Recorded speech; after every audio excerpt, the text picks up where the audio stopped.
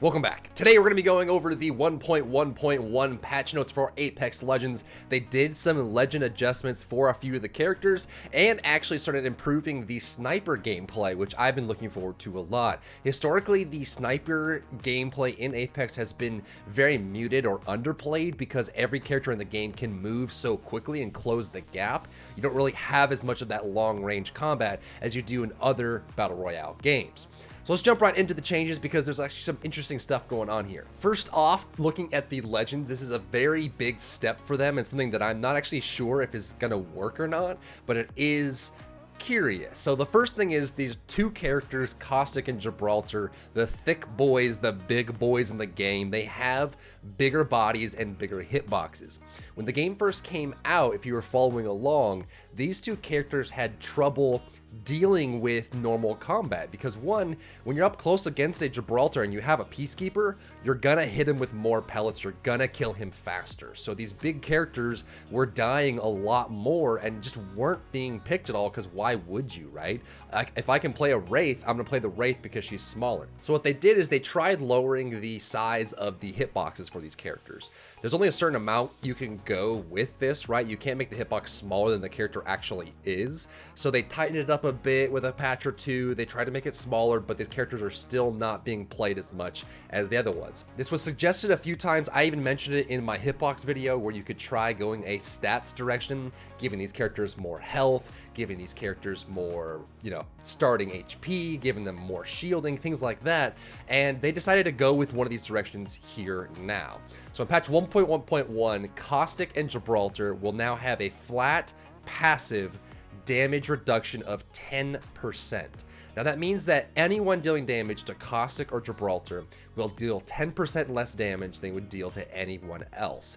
And this is a pretty big deal. There's actually not any Battle Royales that I can think of that go as far as to give a flat starting value damage reduction or stat bonus in general to any characters in a Battle Royale game, because the general idea of Battle Royales is everyone's on the same playing field. Everyone can get the same loot, everyone can get the same effects, everyone can get the same guns, so why would you make anyone from the get-go better than one another in that flat value area? And they're doing it now for Caustic and Gibraltar. So the argument here is these characters are bigger, they will be shot more, and they'll take more damage. So giving them more damage reduction means you can try to offset that a little bit. 10% doesn't seem like a lot, but when you're talking about one single fight where it's life or death, when you die forever, 10% is actually a pretty big deal. So this 10% means that when you're trying to snipe them, when you're trying to get close to them, even when you're going one-on-one with a shotgun battle up close, it's possible that you may lose because they take a little bit less damage than you do. On top of that, they made an adjustment to Caustic. The gas damage per tick is increased 1 to 4. I think this is necessary because although the gas was very distracting to run through, it would blur your vision, it would slow you down a little bit, it would kind of make you run away. The damage was almost inconsequential. 1 damage per tick was basically nothing, and so good players started to get privy to this and just run through the gas and attack the Caustic. As long as you can see well enough, it's almost like you're in a smoke grenade. Screw the gas, just kill a Caustic and get out. So this extra damage will be pretty big here. Now what I'd like to see them do is make it so the Caustic gas doesn't affect your teammates. It might be a little bit too much on the vision side, but I think that affecting everyone except Caustic, including your teammates, still puts Caustic in a weird spot where picking him is almost like a detriment to your team, because if you put your gas out as you're supposed to as Caustic, you are actually in some cases making your teammates lose or suffer, and I think that's really bad design for a character in a team-based game. On top of that, the ultimate throw distance for Caustic's gas throw has been increased from 28 meters to 33 meters.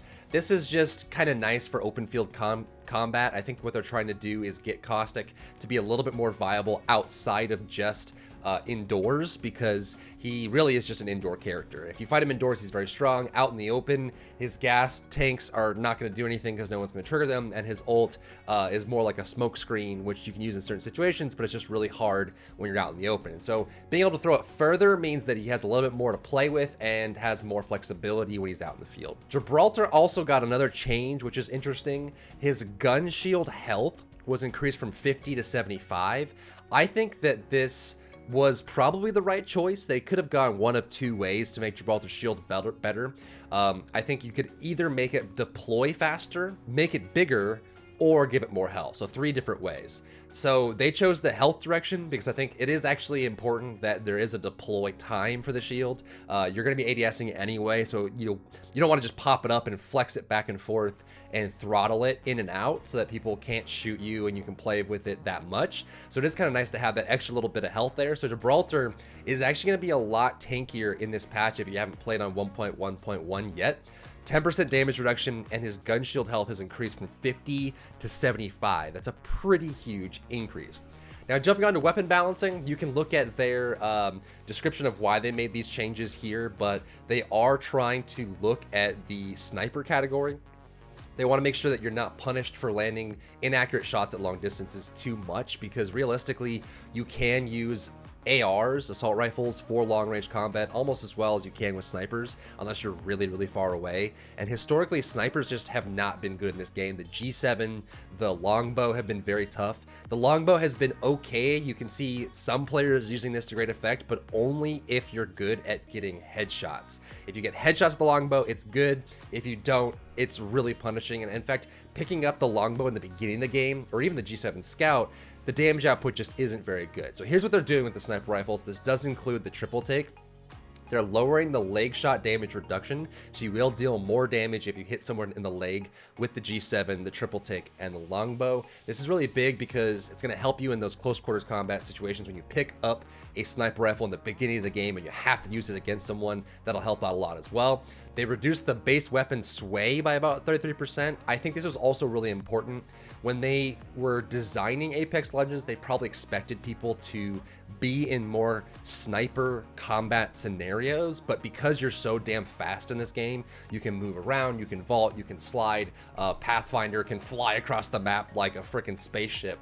You don't really need to stay at distance and fight with snipers, so reducing the base sway amount means that you can use snipers more often at medium range and even close range because you're less likely to miss due to the sniper sway. There just isn't really full-on sniper combat in this game.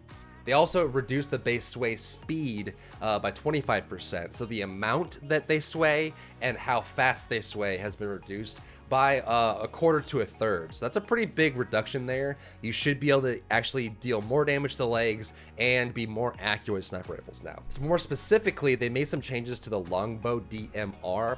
They increased the fire rate from 1.2 to 1.6. This does, of course, increase the DPS for the weapon, but I think it's also important that it makes the early game and close game for Longbow better, because it was firing so slow that if you didn't get a headshot on the first shot up close or at medium range, a lot of times you would just flat out lose with the Longbow.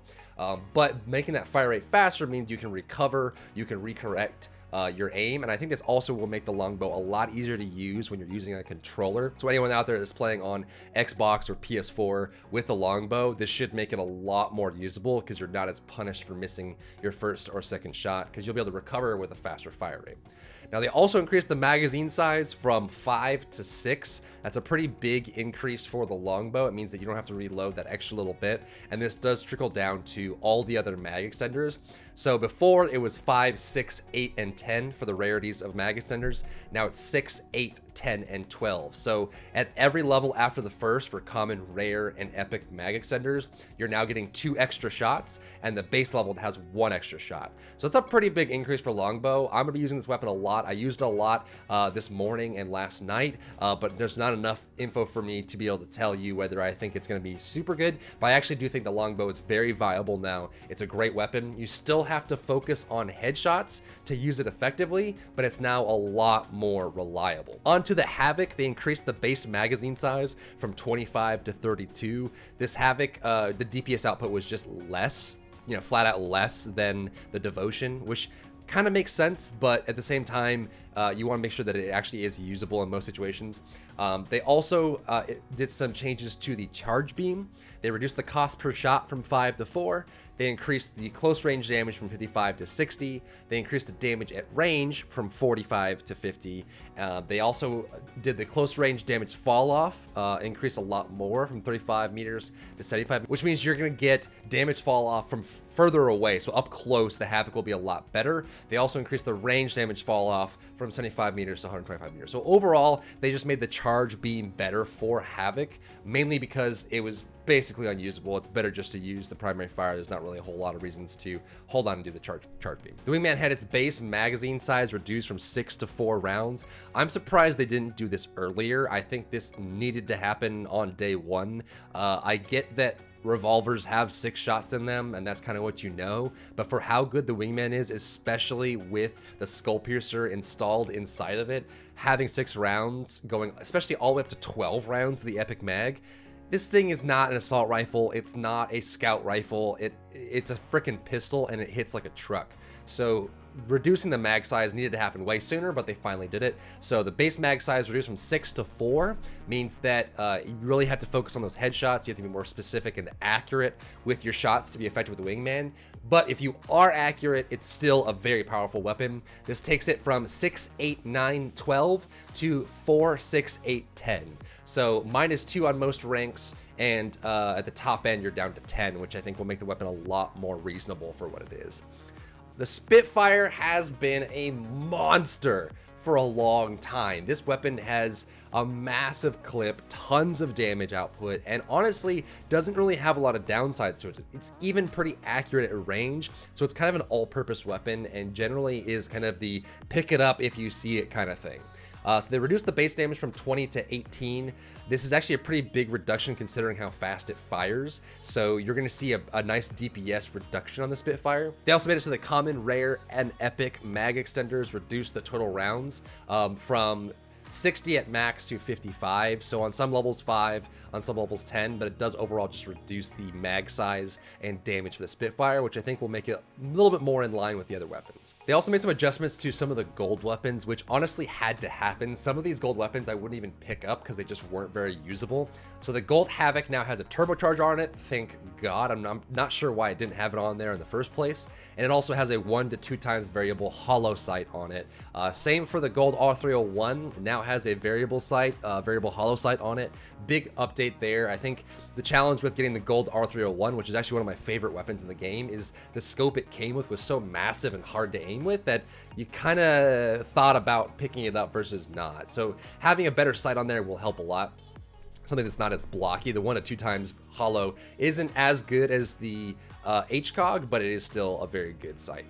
Gold Wingman now has digital threat, which makes this Gold Wingman even better. So when you see a Gold Wingman, it's almost an instant pickup every time. You're going to have the digital threat on it, which is a great sight. It's a little bit bulky and hard to see with, but it makes up for that fact by having the enemy detection with the red outlines when you're looking at them down the sight. And the last update, which is actually pretty huge, they increased the speed of the ship in the beginning of the game by about 50%. This is something that a lot of Battle Royales play around with, but I think, again, because you're so mobile and you're able to move around the map so easily, they just wanted you to be able to get to the other side of the map and have that be a viable drop opportunity. It did take a little while, and sometimes you'd be sitting there waiting, and especially when you're in a system where your squad leader or your jump master can jump for your squad, sometimes people would just get impatient and jump early because the ship took too long. So now it's going to get to the other side of the map faster, so if you see a hot drop zone all the way across the map and you want to wait, it's going to get there faster, so you're able to drop there if you want.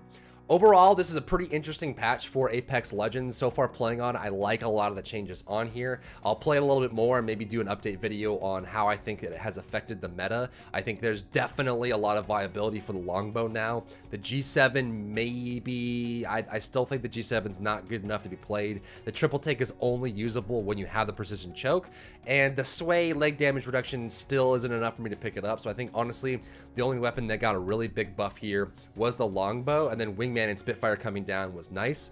And I think on top of that, Caustic, still not super playable, but Gibraltar is an interesting pick now. His gun shield with extra HP, his 10% damage reduction, and the fact that he has a great shield and his ultimate is very, very powerful, he's actually a really good pick, and we'll see if he's good enough now to start replacing your Wraiths, your Bangalores, your Octanes, your really good characters that have small hitboxes and a really great kit. So that'll do it for this video. Thank you so much for tuning in. Don't forget to subscribe, like, and follow. Check me out on my live stream, and I'll catch you in the next one.